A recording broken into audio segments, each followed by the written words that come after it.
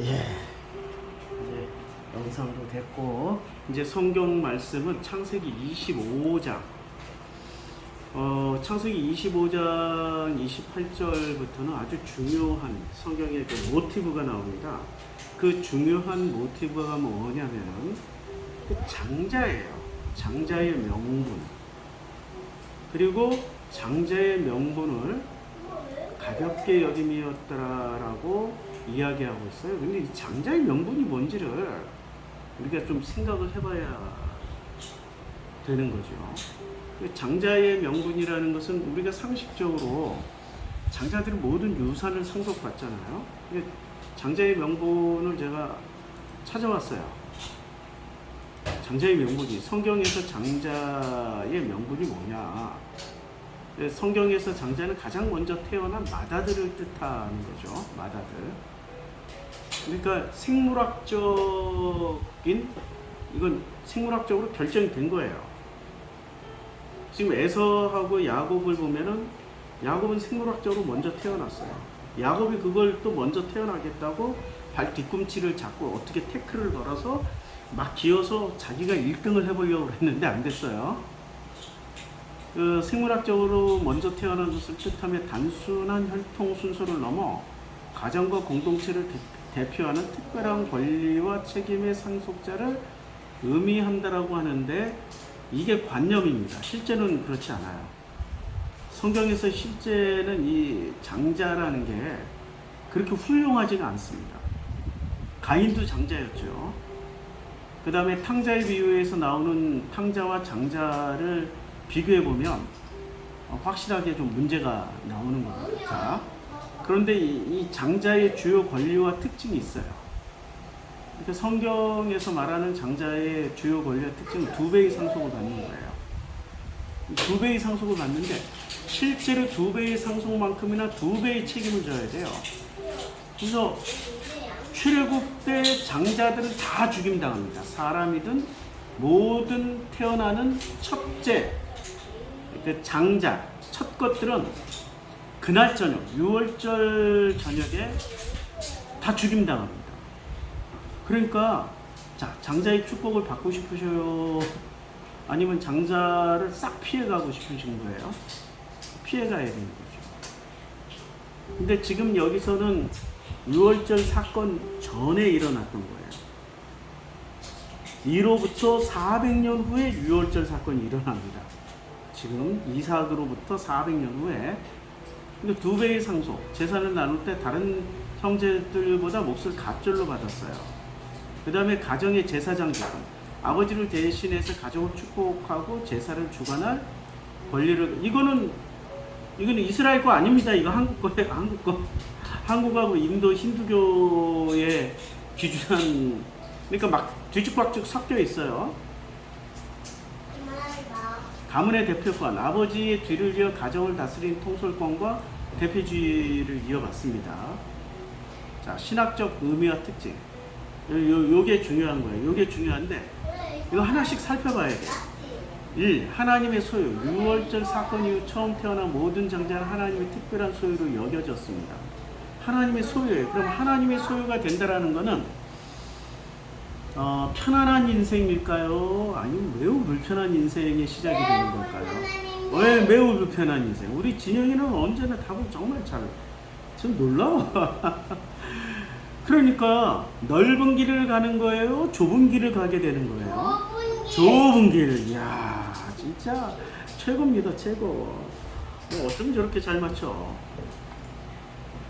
영적 계보의 승계. 영적 계보의 승계라는 말은 이거는 기존의 신학 이야기고요.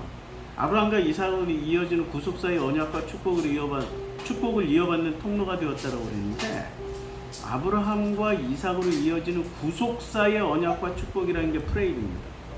아니, 우리가 받을 축복이 구속사 하나밖에 없어요? 구속사. 좁은 길 가는 모든 사람들이 이미 다 생명의 길로 들어섰기 때문에 구원? 특별하게 신경을 안 써도 됩니다. 옛날에 따놓은 당상이라고 그러죠. 이거는 좀 더 살펴봐야 돼요. 너무 좁혀놨어. 하나님이 주시는 이 은혜가. 그래요? 요거 조금 이따 볼게요. 하나님이 주시는 이 엄청난 어마어마한 축복이 있는데 그 축복을 구속사 하나로 그리고 언약의 엄청난 범위를 구속사 하나로 축복도 엄청난 축복인데 구속사 하나로 축소를 시켜버린 겁니다. 이만큼을 요 점 하나로 마치 바닷물에서 물 한 컵 떠가지고 이게 전부야 하는 것 같은 바닷물 전체를 누리질 못하는 거예요. 서구신학이 이렇게 좁혀놓은 겁니다. 그게 안타까운 일입니다. 자, 주권과 변동성. 장자의 명분은 태어날 때 주어지나 에서는 경홀히 여겨 이를 상실했고 영적 합당함이나 하나님의 주권에 따라 야곱, 요셉, 에브라임 등 차전자에게 그 권세가 넘어가기도 했습니다. 뭔 말인지 하나도 모르겠어요. 그러니까 이게 뭔 말인지 하나도 모르겠다는 말은 뭔 말인지 하나도 모르겠다는 말은 자기네들도 모른다는 얘기야. 자기네들도. 이게 두란노선에 뭐 이렇게 근거가 나오는데 이렇게 그래서 좋은 게 뭐 읽으면 이렇게 나와요. 이거 뭐 두란노선에 이거 클릭했더니 바로 서점 광고가 뜨네요. 나는 풋노트인 줄 알고 클릭했는데 자, 그리스도와 성도. 신약 성경에서 예수 그리스도는 하나님의 맏아들로서 부활의 첫 열매이지만 만유의 상속자로 묘사가 되며 오셨어요? 이야, 만유의 상속 앉으셔요. 이야, 아니 어떻게 만유의 상속자로 묘사가 되며 예수를 믿는 성도들도 하늘의 장자들의 총에 참여하는 자로 비유가 됩니다로 이렇게 얘기를 했어요. 이제 하나씩 살펴보겠습니다. 자, 그래서 이삭은 그래서 창세기 25장 28절을 요게 포인트를 맞춰서 하나씩 해명하는 걸로 설교를 하겠습니다. 창세기 25장 28절 이삭은 에서가 사냥한 고기를 좋아했어요. 그러니까 이삭이 에서가 사냥한 고기를 좋아함으로 이 말씀을 하시고 바로 26장에 가서 그 26장 그래 27장에 가서 어떤 일이 벌어지면 이삭이 나이가 많아 눈이 어두워 잘 보지 못하더니 이제 곧 돌아가실 나이가 된 거예요. 그러니까 25장 28절은 상당히 시간이 많이 지난 후예요. 자, 시간이 많이 지났고 그리고 26장에 가면은 무슨 일이 벌어지냐면 26장에 에서가 결혼을 합니다. 에서가 40세의 해족소 고엘의 딸 유딕과 해족소 엘론의 딸 바스맛을 아내로 맞이하였더니 그들이 이삭과 리브가의 마음에 근심이 된 거예요. 그러니까 25장 28절은 최소한 결혼 직전이나 아니면은 결혼 전이라고 해야죠. 순서대로 보면 그러면 이 나이가 42전이에요. 42전. 그러니까 꽤 적은 나이가 아니라는 얘기예요. 그러면 이삭은 에서가 사냥한 고기를 좋아했다. 이게 무슨 말입니까? 에서가 사냥한 고기를 좋아했다라는 이 말은 자, 사람이 나이를 먹을수록 그리워지는 게 있습니다. 그 그리워지는 게 어머니의 손맛이에요. 그럼 어머니의 손맛이 왜 그리워질까요? 저는 칼국수와 국수에 그렇게 미쳐 있어요. 그래서 대한민국에 있는 칼국수 맛집, 국수 맛집은 다 찾아다녔고 전 세계에서도 국수 많이 마릅니다. 태국, 베트남 국수로 유명하죠. 다 먹어보는데도 언제나 제일 그리운 거는 어머니의 손맛이에요. 그때 먹었던 너무 가난했던 시절 넣을 게 없으니까 참기름 한 방울도 너무 아껴서 조금 넣고 김치도 많이 못 풀어. 김치 조금 풀고 국물 맛을 어떻게 했는지 그 김치 국물 국수가 그렇게 먹고 싶어. 아무리 재현을 하려고 해도 안 돼. 나는 왜 그렇게 어머니의 그 손맛이 그리울까? 나이를 먹어갈수록 곰곰이 생각해 보니까 음식은 사랑이에요. 그 사랑이 그리운 거야. 어렸을 때 그렇게 엄마 사랑, 아버지 사랑을 받았을 때는 그게 사랑인 줄로 몰랐는데 나이를 먹으면서 우여곡절을 겪고 인생의 평지풍파를 겪다 보니 나를 그렇게 사랑해 주었던 사람은 이 세상에 아버지 엄마밖에 없었구나, 이걸 깨달아가게 되는 거죠. 그런데 엄마는 안 계셔. 엄마가 옆에 있으면은 울면서 아유 엄마 내 이렇게 살았어, 아버지 나 왜 이래, 이렇게 할 텐데 떠나가셨어. 그러니 내 마음에 남는 건 뭐만 남습니까? 엄마의 사랑으로라도 위로를 받아야 되는데 그 사랑, 엄마의 사랑은 다 뭐로 표현했어요? 말로 표현했어요? 음식으로 표현했어요? 음식, 맛있는 음식, 밥 한 그릇, 엄마의 손맛으로 다 사랑을 표현했어. 그러니까 나이를 먹어갈수록 엄마 손맛이 그리워지는 거예요. 그래서 나는 전 세계 국수와 칼국수집을 다 찾아다니면서 찾아봤는데 그런 손맛은 없더라고. 그리고 이삭은 에서가 사냥한 고기를 좋아했어요. 왜요? 이삭의 형 맛있으니까. 이삭의 형 이스마엘이 사냥을 해서 이삭에게 많이 먹였던 거예요. 이삭과 이스마엘의 나이 차이는 14년이잖아요. 그럼 5살쯤 됐으면은 이스마엘은 19살? 6살쯤 됐으면 고기를 씹고 충분히 먹을 수 있는 나이? 6살이 됐으면 20살이에요. 이스마엘은 열심히 사냥해서 동생하고 그렇게 먹여줬어요. 그러니까 이삭이 나이를 먹을수록 사라의 손맛이 그리웠던 게 아니라 누구의 손맛이 그리웠던 거예요? 형 이스마엘의 손맛이 그리웠던 거예요. 그래서 이삭은 에서가 사냥한 고기를 좋아하게 된 거죠. 선택지가 없어. 엄마의 사랑을 음식으로 표현할 길이 없는 거야. 그냥 형 이스마엘의 그 손맛이 그리운 거야. 근데 다행히 큰아들 에서가 이스마엘과 같은 성향을 가졌고 에서가 사냥을 해서 요리해 주는 걸 즐겨 했어요. 그러니까 에서가 사냥 고기를 좋아하므로 그를 사랑하고 에서를 사랑하고, 요 장면은 27장에서도 이어집니다. 이삭이 나이가 많아 눈이 어두워 잘 보지 못할, 곧 죽는다는 얘기예요. 이삭이 이르되 내가 이제 늙어 어느 날 죽을지 알지 못하니 그런즉 내 기구, 구체적으로 얘기해줘요. 구체적으로. 김건희가 그랬잖아요. 야 저기 양식 고기 말고 낚시해서 잡은 고기로 회를 떠줘. 그래서 어떻게 했어요? 경호실장이 낚시해가지고 회를 떠서 줬잖아요. 마치 그런 것처럼 그 차원이 다른 거지. 여기는 진짜 마지막 죽기 전에 손맛을 먹고 그 형의 사랑이 가득 담겨 있는 그 손맛을 먹고 싶은 거예요. 그런즉 내 기구 화살통과 활을 가지고 들에 가서, 구체적으로 얘기합니다.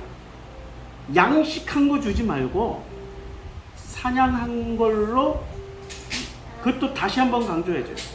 나를 위하여 사냥하여.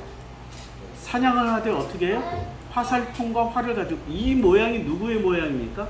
에서의 모양이자 형 이스마엘의 모양이에요. 형 이스마엘의 모양. 형 이스마엘은 창세기 24장에 분명하게 말씀하고 있어요. 광야에서 활 쏘는 자가 되었더라. 활 쏘는 자가 되었더라고 분명히 이야기하고 있습니다. 자, 하나님을 만나요. 이슬람 사람들이 요 창세기 24장에 해당되는 하갈과 이스마엘이 하나님을 만난 장면을 굉장히 중요하게 여깁니다.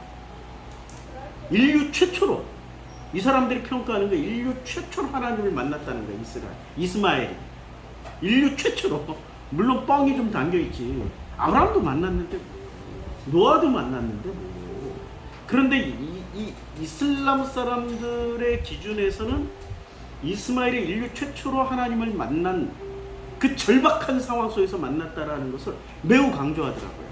그래서 이 절박함을 체험하기 위해서 그 이슬람은 두 개의 파가 있잖아요. 수니파가 있고 시아파가 있잖아요. 수니파는 사우디아라비아를 중심으로 해서 메카를 순례하는 파가 됐고요. 이란을 중심으로 한 시아파 무슬림들은 메카가 없습니다. 대신에 메카로 가지 않고 광야로 나가서 행진을 합니다. 근데 그 숫자가 2,800만 명에서 3,000만 명이 돼요. 한 달 동안 계속 고통의 순례를 하는 거야. 누구를 기리면서 해요? 이스마엘. 기가 막힌 거죠. 자, 그래서 그 창세기 24장이 아니고 17장인가 보다. 제가 좀 또 헷갈려요. 이해해 주세요. 그 이스마엘이 광야에서 하나님을 만난 후 이스마엘이 뭐 하는 사람이 됐어요? 활 쏘는 자가 되었더라 라고 성경 분명하게 이야기합니다. 그러니까 이삭이 형 이스마엘과 꼭 닮아있는 누구에게? 에서에게. 에서를 불러 곧 화살통과 활을 가지고 어디로 가요? 광야에 나가서 나를 위하여 사냥해서 내가 즐기는 별미를, 그러니까 평상시에 늘 즐겼어. 뭐를 즐겼어요? 양식 고기를 먹은 게 아니라 사냥해서 요리한 이것을 별미로 계속 즐겼던 거예요. 별미를 만들어 내게로 가져와서 먹게 하여 내가 죽기 전에 마음껏 내게 축복하게 하라 라고 했습니다. 이거는 이삭이 진심이겠죠. 이삭의 진심이었어요. 이렇게 다시 25장으로 돌아가서 25장 28절 이삭은 에서가 사냥한 고기를 좋아하고, 아까 읽은 건 27장이고 지금 25장 28절에 이삭은 에서가 좋아하는 고기를 좋아하고 누구를 사랑해요? 에서를 사랑하고 리브가는 야곱을 사랑해요. 그러니까 이삭은 장자 에서에게 모든 걸 다 주기를 원했던 거예요. 생물학적으로도 장자였고 자기에게 형의 사랑을 다시 체험케 하고 그 사랑을 그대로 재현을 해주고 있잖아. 그럼 그건 사랑 아니에요? 연극이에요? 사랑이죠. 아버지를 진짜로 사랑하는 거예요. 사랑하였더라. 야곱이 죽을 쑤었어요. 근데 죽을 쑤었어요. 근데 우리는 이 죽을 팥죽이라고 알고 있잖아요. 팥죽을 에서에게 주네. 근데 정말 저 갑자기 이상한 생각이 들었어요. 아니, 고대 이삭 시대 고대 팔레스틴 지역에서 팥이라는 작물이 재배가 됐을까? 하고 찾아봤더니 팥은 동아시아 작물이야. 사막 기후, 지중해성 기후는 팥이 안 나와. 아예 팥이 자라진 않아. 그래서 찾아봤어요. 구약 성경 족장 시대의 주무대인 고대 중동 지역에서는 한국에서 먹는 팥 재배가 뭐라고 돼 있어요? 불가능하다. 안 됩니다. 불가능. 아예 없는 거야. 아예 없는 거야. 성경 창세기 25장에 나오는 야곱이 끓인 팥죽은 우리말 번역상의 그냥 표현일 뿐이지 실제 팥죽은 아니란 얘기예요. 실제 원문은 붉은색을 띤 렌틸콩 죽이에요. 이 사막성 기후에서는 렌틸콩은 자라요.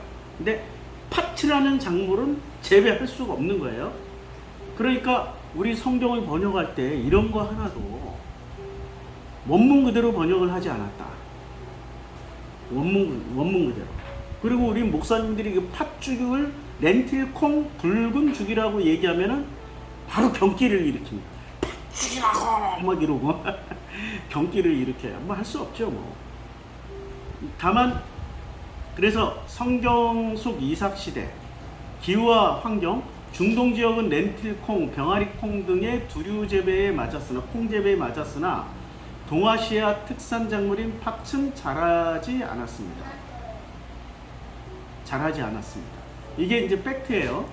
자, 그래서 야곱이 죽을 썼어요. 그러니까 뭐로 죽을 쓴 거예요? 야곱이 콩으로, 렌틸콩이나 병아리콩 같은 콩으로 죽을 쑤었어요. 그러면 여기서 왜 죽을 쓰고 있었을까? 우리말에 이제 웃기는 얘기를 야 죽을 썼다. 너 시험 잘 봤냐? 아우 죽 썼어. 아우 이런 말은 뭐 무슨 말이에요? 망했다는 뜻이야. 망했다. 그래 진영아 아빠 여기 설교 좀 하니 엄마 진영이 좀. 자 야곱이 죽을 쏘았더니 왜 죽을 쏘았을까요? 그러니까 에서는 사냥해서 고기를 요리해서 아버지께 드렸어요. 그럼 이삭의 입맛은 이삭의 아버지의 입맛은 고기야. 좀 더 질긴 고기. 이삭이. 이삭이한테 줬어. 그래요. 그런데 야곱은 그런 고기보다는 죽 같은 걸 먹을 정도로 치아나 혹은 건강에 한번 생각을 해봐야 되는 거죠. 근력이랑 같은 쌍둥이인데도. 그러니까 형 에서와 야곱은 일란성 쌍둥이였다기보다는 이란성 쌍둥이. 성이 같은 이란성 쌍둥이. 보통 이란성 쌍둥이는 남자 여자가 태어나잖아요. 아들 딸. 근데 같은 성에 전혀 다른 체질과 얼굴을 가지고 태어나. 야곱은 털이 많았고 야곱은 털이 없었고 에서가 털이 많았다. 그는 완전히 이란성이에요. 전혀 다른 성격이에요. 그래. 진영이 말할 때마다 잘 들을게. 야곱이 죽을 쏘았더니 에서가 들에서 돌아와서 심히 피곤해요. 자, 이 장면에서 에서가 들에서 돌아와서 심히 피곤하다라는 이 장면에서 저는 무엇을 느꼈냐면 아버지 이삭을 위해서 아버지가 좋아하는 그 사냥에서 잡아서 그 요리를 해주는 그 음식을 좋아하니까 밤낮으로 들에서 사냥을 하다가 지쳐 돌아온 거예요. 나는 이 장면에서 에서의 아버지 사랑을 봤다고. 근데 이걸 안 읽어내더라고 설교자들이. 에서가 정말로 아버지 이삭을 몹시 사랑했구나. 그러면 동생은 어떻게 해야 돼? 야, 아버지를 위해서 저렇게 열심히 형이 노력을 하고 있구나. 그러면 그 형에 대한 안타까운 마음, 아니면 고마운 마음, 형에 대한 어떤 애틋한 마음이 있어야 될 거 아니에요. 그게 공감이잖아. 아니, 최소한 공감은 있어야 되잖아. 형은 아버지를 공감하고 있었다고. 아버지를 공감하고 아버지를 사랑하고 있었어. 그럼 아버지를 사랑하는 만큼 아버지만 사랑해? 엄마는 사랑 안 할까?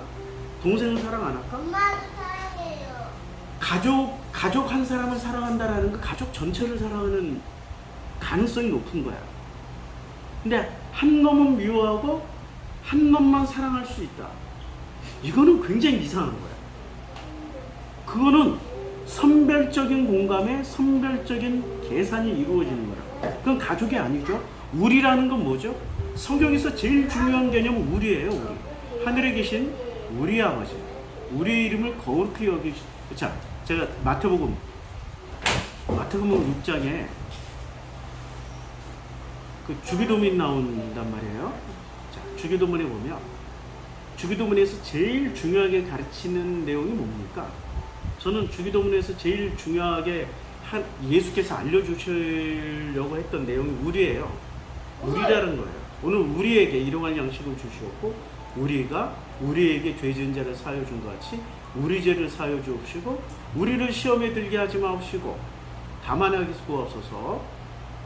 자, 이 짧은 주기도문 안에 제일 많이 반복되는 단어가 우리입니다. 그리고 이 우리를 중심으로 해서 처음 주기도문 시작부터 마지막까지 다 이어져요. 이 맥락은 전부 우리에게 초점이 맞춰져 있어요. 창세기 1장에서도 제일 중요한 개념은 우리입니다. 창세기 1장 26절에 보면 하나님의 이르되 우리의 형상을 따라 우리의 모양대로 우리가 사람을 만들고. 지금 성경에서 제일 중요한 개념은 우리예요. 그러면 창세기 25장에서 말씀하고 있는 가족의 모습을 한번 보자고요. 네. 에서는 지금 가족을 우리라고 생각하고 있어요. 우리라고. 그래서 우리 아버지를 위해서 자기는 들에서 돌아와서 엄청 피곤할 정도로 사냥하고 다닌 거야. 밥을 제때도 먹지도 못하고 얼마나 사냥하러 이 아버지를 생각하면서 오직 짐승만 쫓아다닌 거 아니에요. 그래서 야곱에게 이르되 야 야곱아 내가 피곤하니까 그 붉은 것을 내가 먹게 하라. 붉은 것 좀 줘. 그러면 달라고 하기 전에 보통 가족은 어떻게 돼요? 그 피곤한 모습 보면 형 여기 있어 이거 얼른 먹고 기운 좀 차려야 하는데 주게 하라고 말할 때까지 가만히 있는 거야. 나는 그 심리가 너무 궁금해. 저게 지금 우리라고 생각하는 거야? 아니면 무슨 계산하고 딜을 치려고 하는 거야? 그러므로 에서의 별명은 에돔이더라. 뭐라고요? 붉은 것을 달라고 했기 때문에 에돔이에요. 그러니까 성경에서 붉다라는 말은 좋은 말일까요? 안 좋은 말일까요? 안 좋은 말. 좋은 말입니다. 다윗이 얼굴이 어떻게 됐어요? 하얗다고 그랬어요? 붉다라고 그랬어요? 붉다. 붉고 잘생겼다라고 그랬어. 성경에서는 그렇게 묘사해요. 붉다라는 말은 나쁜 게 아닙니다. 그리고 그 12지파를 상징하는 그리고 그 에봇에 반드시 들어가는 색깔이 있죠. 무슨 색이 들어가요? 붉은색. 그러면 성소 휘장은 무슨 색? 붉은색. 두 개로 나눠서 하는 연결됐어. 예. 자, 그러므로 에서의 별명은 에돔이 된 거예요. 붉다라는 거는 나쁜 게 아니에요. 성경에서 붉다라는 건 굉장히 제사 지낼 때 피의 제사를 가장 소중하게 여기죠. 피가 흰색이에요, 붉은색이에요? 붉은색입니다. 예수의 세마포가 무슨 색이에요? 붉은색. 마지막 예수께서 흘리시게 된 게 내가 붉은색이라고 피 붉은. 맞아. 오 맞았어. 붉은색 마지막 붉은 피를 다 흘리고 가셨어요. 그러니까 성경에서 붉다라는 건 좋다, 나쁘다. 좋다. 굉장히 좋다. 요게 함정에 속지 마십시오. 우리는 기존의 교리에 머리가 세팅이 되어 있기 때문에 붉다라는 걸 나쁘다고 생각하지만 성경에서는 붉다라는 것은 굉장히 중요한 의미로 쓰여집니다. 자, 출애굽 재앙 중에 맑았던 강물이 뭐로 바뀌어버려요? 붉은 피로 바뀌어버려요. 붉은색으로. 그래서 사람들이 그 피를 마실 수 있어요? 없게 돼요? 없게 돼요. 그러니까 피로 바뀌기 잘했어. 피로 바뀌기 전에는 맑은 물일 땐 너무 잘 먹었어. 그런데 그게 붉은색으로 보이는 순간부터 못 먹어요. 예수의 피는 붉은색이에요? 맑은색이에요? 붉은색이잖아. 그런데 우리는 교회에서 어떻게 가르쳐줘요? 붉은 피, 진짜 붉은 피를 마시고. 내가 붉은 피. 그래 잘했어. 우리 진영이가 인정받고 싶어가지고 내가 하는 말마다 지금 최선을 다하고 있어요. 자, 맞아. 그래. 근데 우리는 예수의 보혈에 동참하라고 말을 하는데 실제로 예수의 보혈을 딱 보여주면 동참해요, 안 해요? 아니에요. 못하는 거지. 못해. 진영 너무 잘 맞죠. 안 해, 못해, 무서워. 그러니까 입술로는 붉은 피라고 얘기하지만 머릿속에서는 뭐라고 생각을 해? 맑고 깨끗하고 정결하고 순결한 거라고 생각해. 그러니까 애굽 사람들이 맑고 깨끗하고 정결하고 순결한 나일 강물은 먹을 수 있었지만 그것이 실제 붉은 피라고 하나님의 실체를 보여주니까 절대 못 마시는 겁니다. 그러니까 출애굽 때 10가지 재앙은 누구를 상징하면 전부 예수를 상징하는 거예요. 맞아. 맑은 물이 변하여 포도주 된 내 같이 물이 변하여 붉은 예수의 피가 된 거고 그 에서의 별명은 에돔이다. 같은 맥락으로 저는 생각합니다. 아니면 뭐 아니라고 반론하실 분들은 반론하시고 마음껏 그냥 욕하실 분들은 욕하세요. 제가 성경을 읽고 깨달은 거는 붉은색에 대한 그 깨달음은 이렇습니다. 자, 야곱이 31절 야곱이 이르되 이제 야곱이 이 말을 하는 거예요. 형의 장자 명부로 오늘 내게 팔라. 뭐로 팔아요? 피곤해요. 아빠 물 배가 없어졌어. 너무 고파요. 아빠 물 없어졌어. 그래 고마워. 아빠 물 좀 갖다 줄래? 아빠 물 없어졌다는 말이야. 그러니까 아빠 물 좀 갖다 줘. 아빠 목이 아파서 좀 갖다 줘요. 그러니까 피곤해서 몹시 피곤하기도 하고 몹시 배고파. 이러면은 만약에 그 가족이 원팀 우리가 되었다면 어떻게 해요?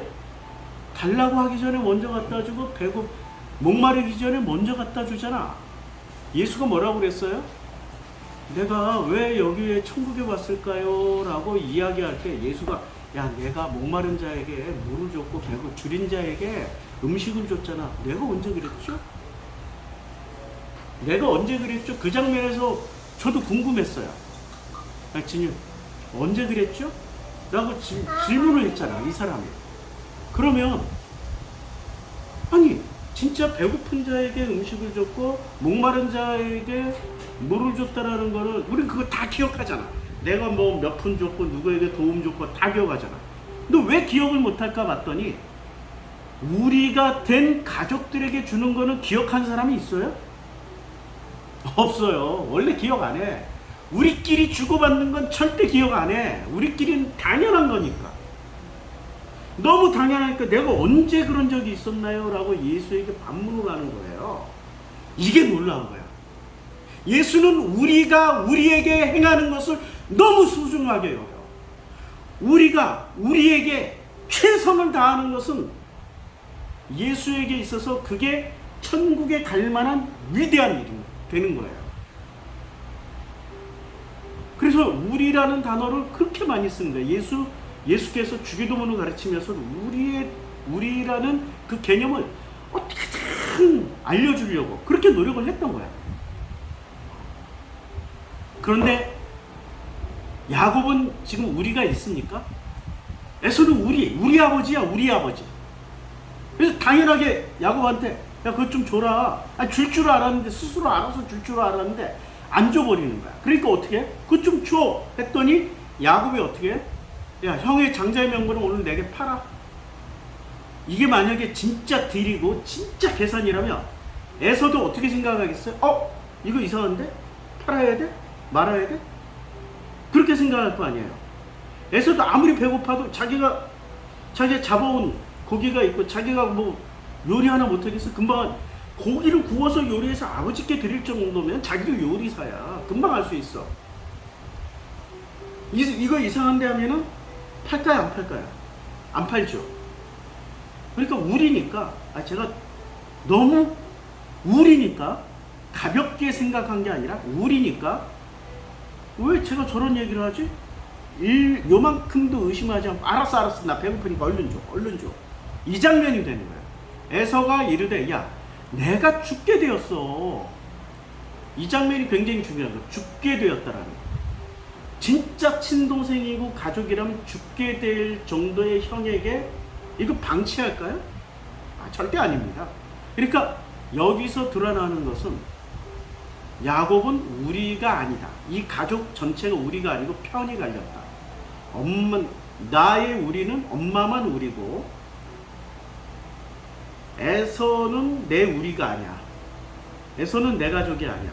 딜을 해서 어떻게든 뭔가를 뺏어와야 돼.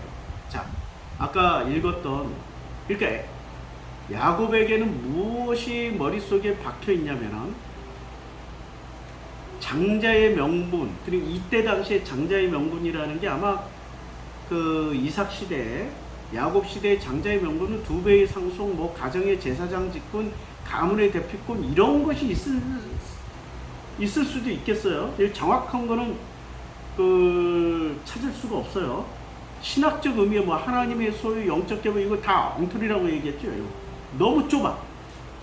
그러니까 엉터리란 말이 아니라 전체를 보지 못하고 부분만 보는 거야. 코끼리 다리 만지고 기둥이라고 우겨봐야 그게 코끼리가 아니라고.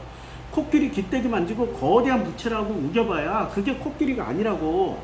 코끼리 코 만지고 거대한 튜브라고 막 주장해봐야 그게 코끼리가 아니야. 코끼리의 일부야. 코끼리 전체가 아니야.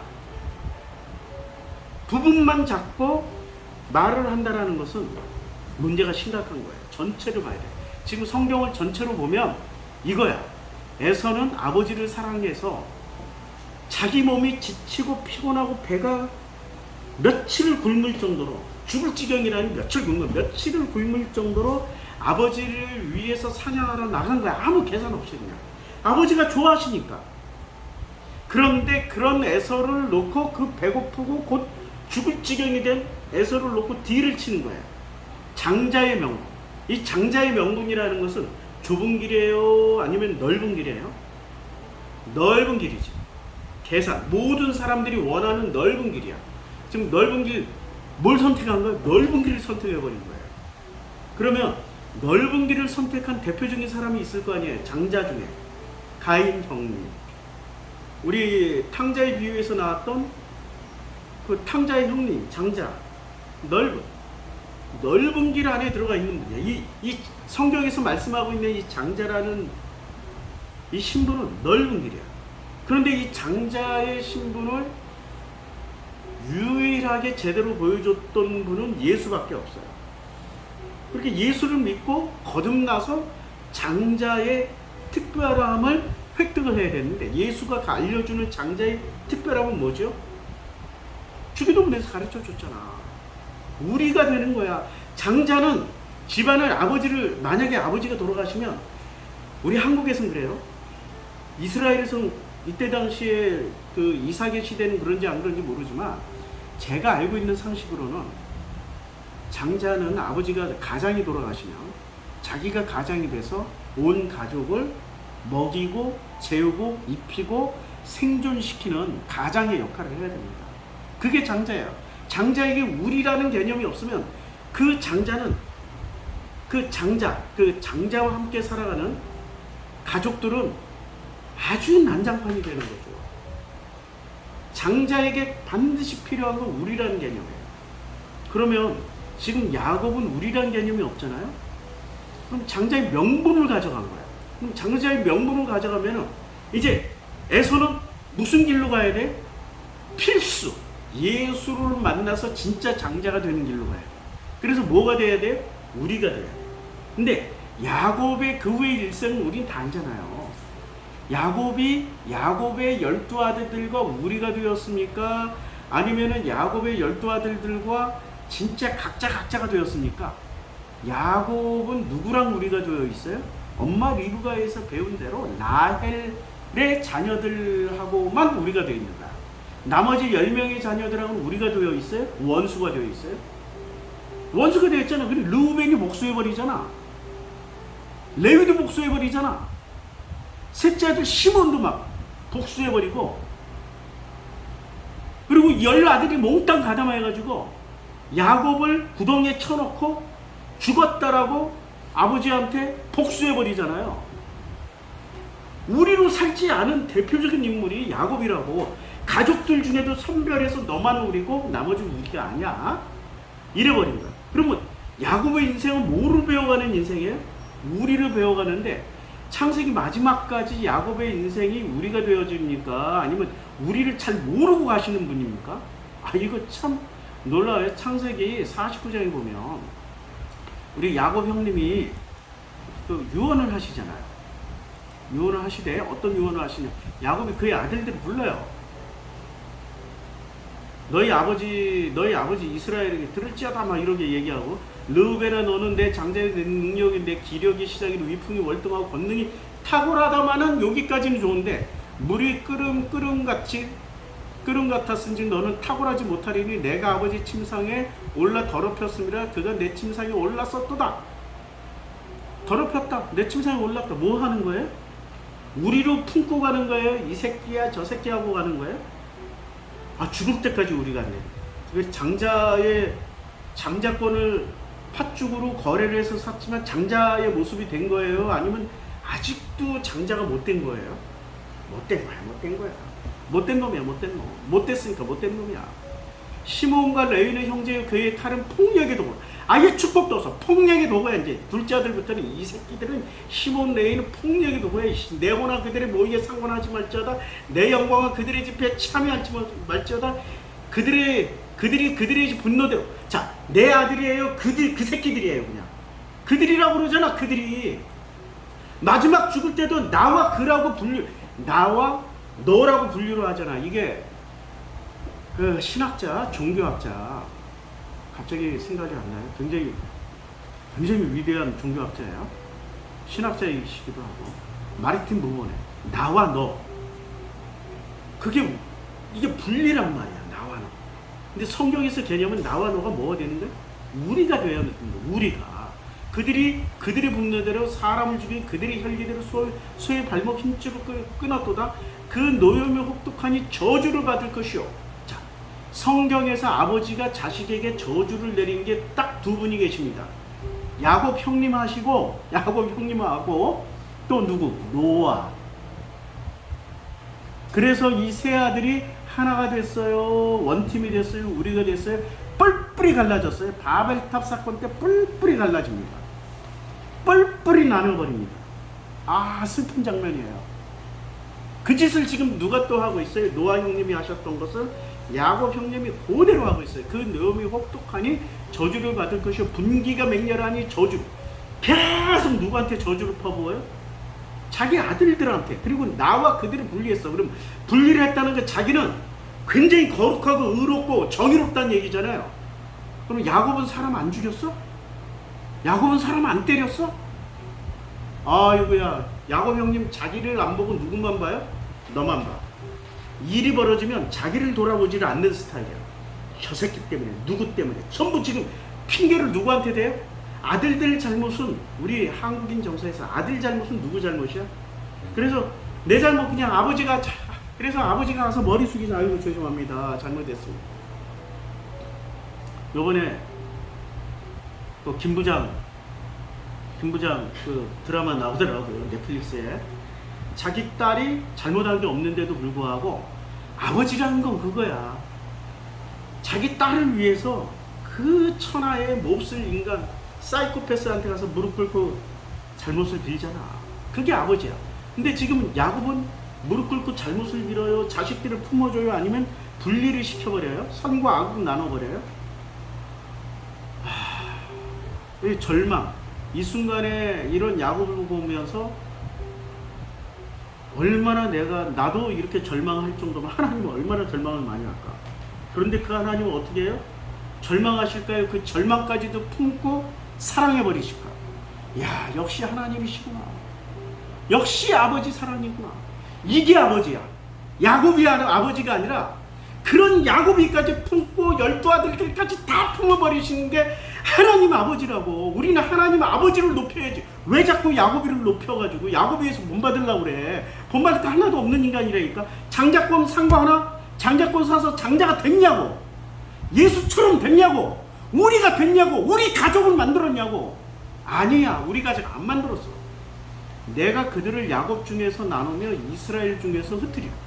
야, 이런 저주가 어디 있어요. 야곱 중에서 나눠. 넌 내 아들 아니야, 이 새끼야. 이거 죽을 때까지 넌 내 아들 아니야. 야곱 중에서 끊어버린다는 얘기야. 흩어버릴 거야. 정말 절망입니다.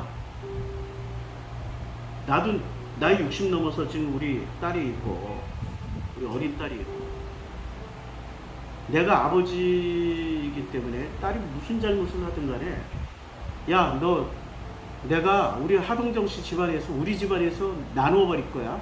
분리할 거야, 분리할 거야, 세퍼레이트 할 거야, 찢어버릴 거야, 분리할 거야. 그리고 우리 가문에서 흩어버릴 거야. 너 하동정 씨 아니야? 이렇게 할 수 있을까요?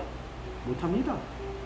그냥 내가 너 잘못했지, 알았어, 내가 대신 미안해, 내가 잘못 키웠다, 내가 그렇게 잘 키우려고 했는데 내가 뭐가 부족했는지 나도 잘 모르겠지만 미안하다, 애비가 잘못했다. 이게 아버지란 말이야. 근데 우리 하나님 아버지가 딱 그 모양새로 누구를 지금 품고 덮고 있는 거예요?